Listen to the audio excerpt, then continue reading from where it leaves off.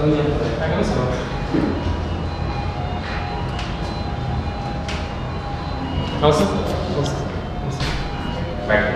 Sir.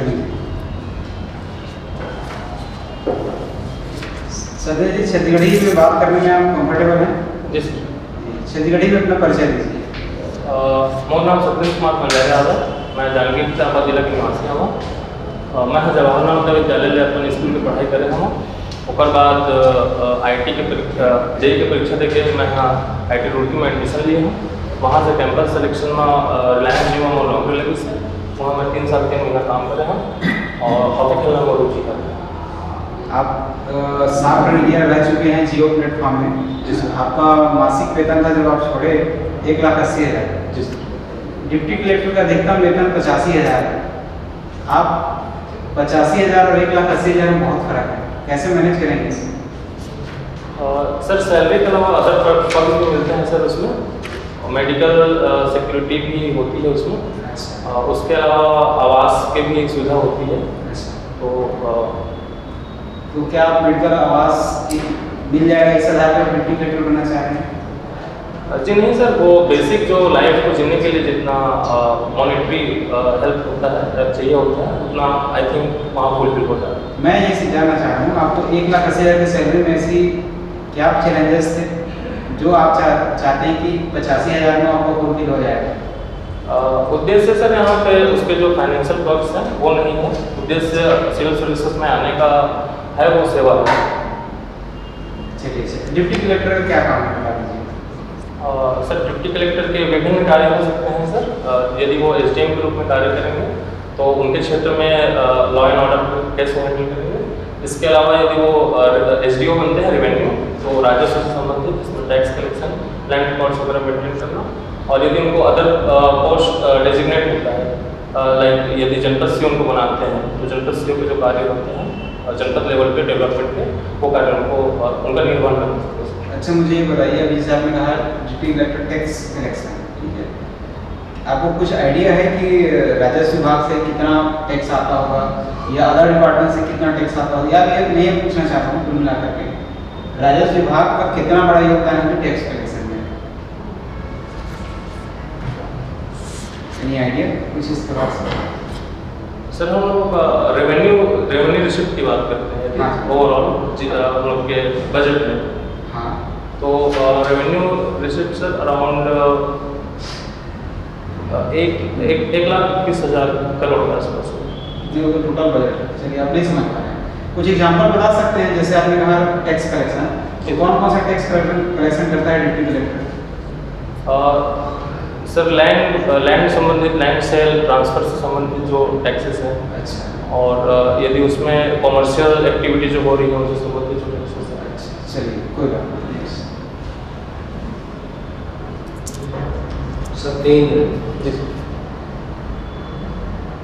Computer science and engineering से pass out है आप? जी सर। IIT रुड़की से?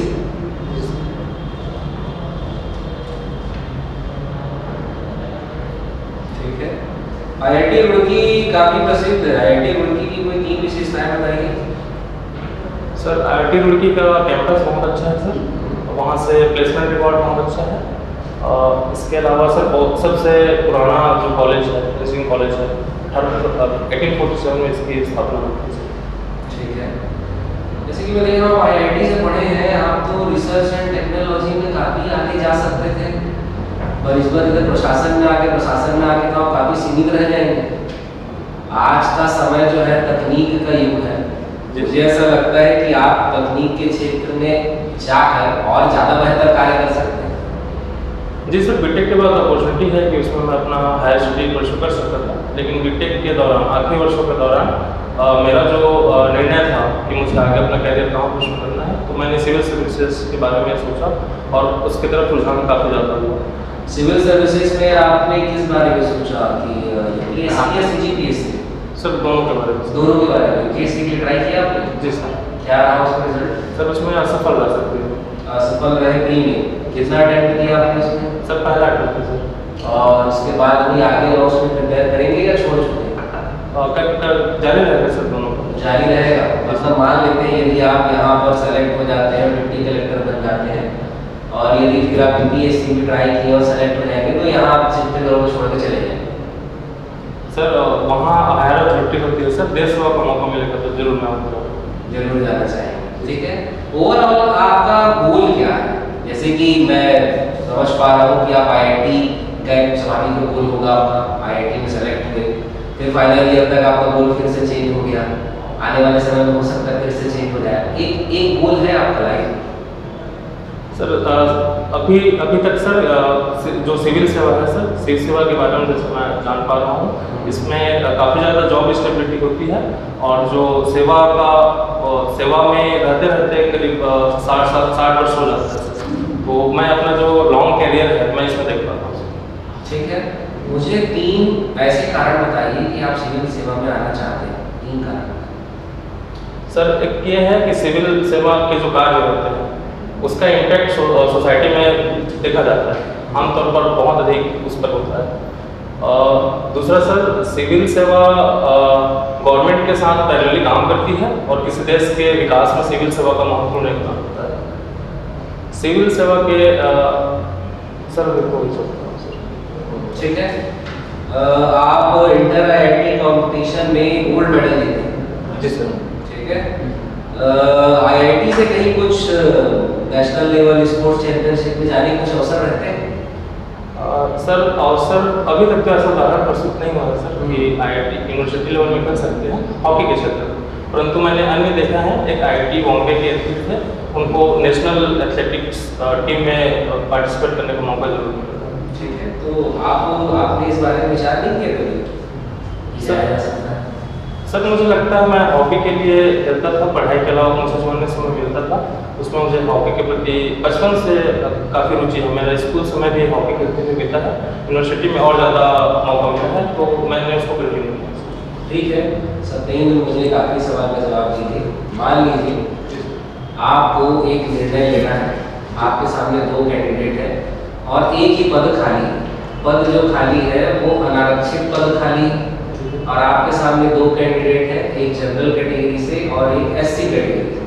आपको किसी एक का ही चयन करना है, चयन करने का निर्णय आपको लेना है। आप किसका चयन करेंगे और क्यों? हर मामले में मेरिट बेसिस पे सभी मामले में दोनों बराबर है, कैटेगरी का बस फर्क है। अब हम चाहते हैं आप हमारे लिए निर्णय लीजिए, आप किसका चयन करेंगे और क्यों? सर जो डेवलपमेंट के कॉन्सेप्ट के हिसाब से सर, यदि मेरिट बेसिस पे दोनों बराबर हैं तो जो रिजर्व कैटेगरी से जो व्यक्ति आ रहे हैं उनका चयन होना चाहिए, क्योंकि उनका जो एडिक्वेट रिप्रेजेंटेशन की बात करें हम या विकास की बात करें तो जो भारत सरकार का जो रिजर्वेशन का पॉलिसी है ताकि जो सभी का डेवलपमेंट वाला जो कॉन्सेप्ट है वो फुल।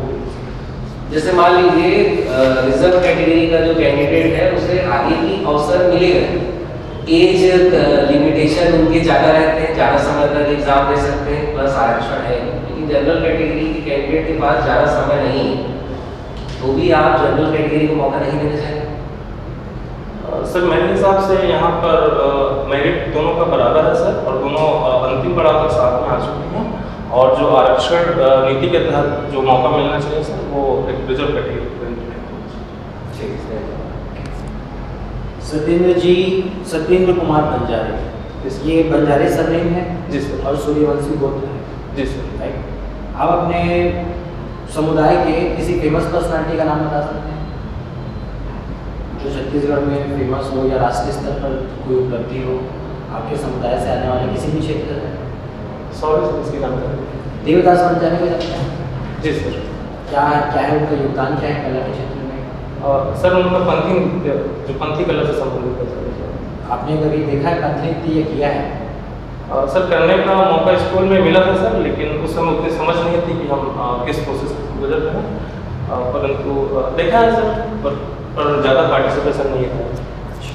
आप मेरे को सत्येंद्र बाबा गुरु घासीदास जी के सिद्धांत के बारे में और कौन से सिद्धांत के करीब पाते हैं आप अपने आप? जी सर, उनके सिद्धांतों में 7 सिद्धांत हैं सर उनके। पहला सिद्धांत ईश्वर से संबंधित है, सत्य ईश्वर है। दूसरा है सर कि मूर्ति पूजा के विरोध में थे वो। बाकी सर पशु को दोपहर के बाद उनसे काम नहीं लेना है, जुताई जैसे कार्य है, इस पर स्त्री का सम्मान करना है। सर बिल्कुल नहीं आता। इसमें से कौन से सिद्धांत की करीब है आप या अपने आप को जुड़ा हुआ पाते हैं जिसका आप समर्थन करते हैं? सर इनका जो पहला सिद्धांत है सर सत्य ही ईश्वर है। आज के समय में हम देखते हैं कि विभिन्न समुदायों के बीच जो टकराव उत्पन्न होता है कि जो ट्रू रिलीजन का मीनिंग वो नहीं जान पाते हैं, तो पहला वाक्य इस पूरे विश्व को एकीकृत करने की बात करता है रिलीजियस रूप में।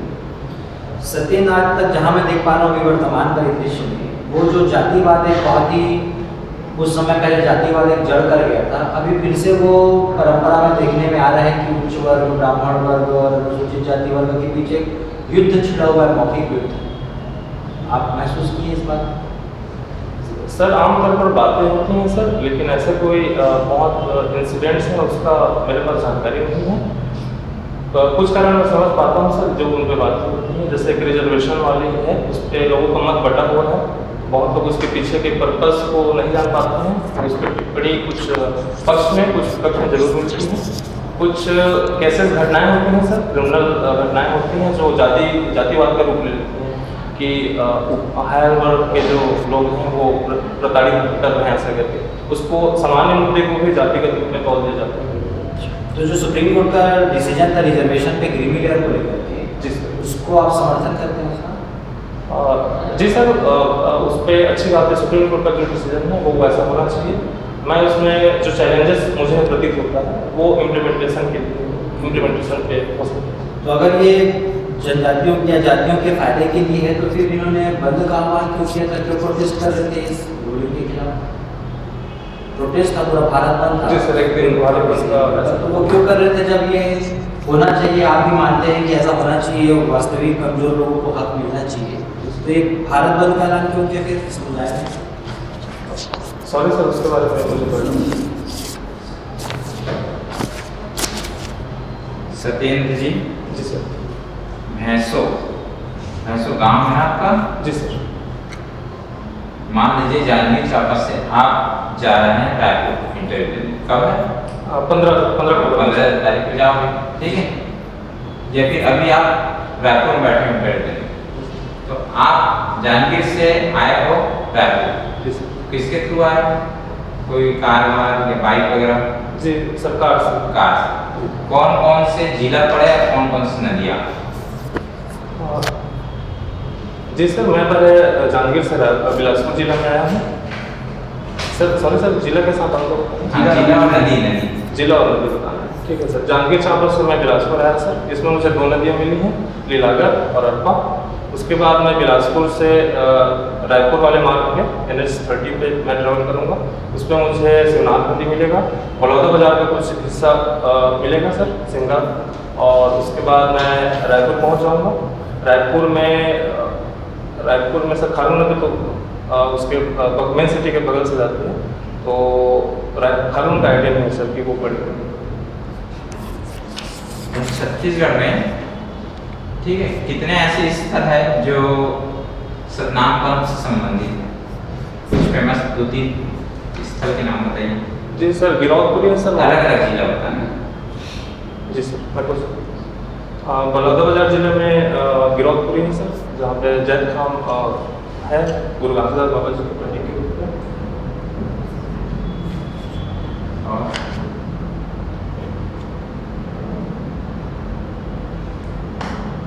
आप नौदय से है ना? जी सर।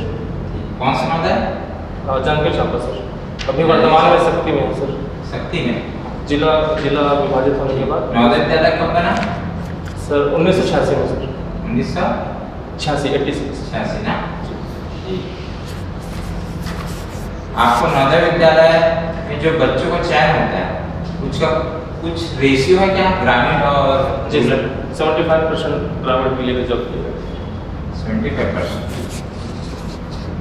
नॉर्मल स्कूल और नवोदय में जो पढ़ाई होती है दोनों में क्या डिफरेंस रहता है? क्या अलग सीखते हैं नवोदय वाले बच्चे और जो लोकल जैसे स्कूल बाकी स्कूल में पढ़ते हैं उसमें? जी सर, एकेडमिक्स के रूप में सर, या फिर एकेडमी और मुझे नॉलेज बेसिक भी बता सकते सर? एकेडमिक डिफरेंस में सर एक्टिविटीज़ बहुत ज़्यादा वहाँ कराई जाती है, जिसमें प्रोजेक्ट्स हैं, डिबेट है, सेमिनार्स हैं, और बहुत सारे कॉम्पिटिशन्स होते हैं सर, लैंग्वेज के आधारित पे होते हैं, कल्चर के आधारित पे होते हैं, और इसके अलावा सर स्मार्ट क्लासेस होती है वहाँ पे, तो स्मार्ट जो ICT के तहत जो इंटीग्रेशन है वो काफ़ी ज़्यादा रैपिड है। एकेडमिक्स के अलावा सर स्पोर्ट्स का विकास काफ़ी ज़्यादा देखा जाता है वहाँ पे। इसके अलावा कल्चरल एक्टिविटीज़ बहुत ज़्यादा होती हैं। और सर इतने में भी आता है। आपकी रुचि जो हॉकी में है ना, जी सर। अभी इंडियन हॉकी टीम मेल का कोच कौन है? सर पूरा नाम नहीं पता है, मिस्टर फुलटन करके। कहाँ के? सॉरी सर, उनका नेटिव कंट्री। ठीक।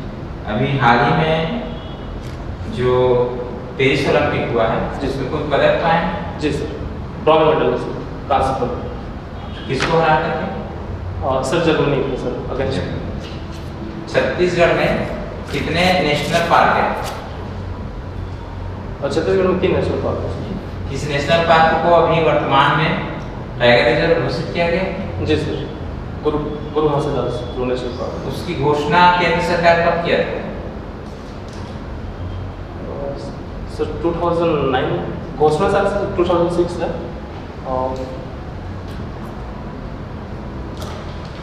ओके ठीक। ओके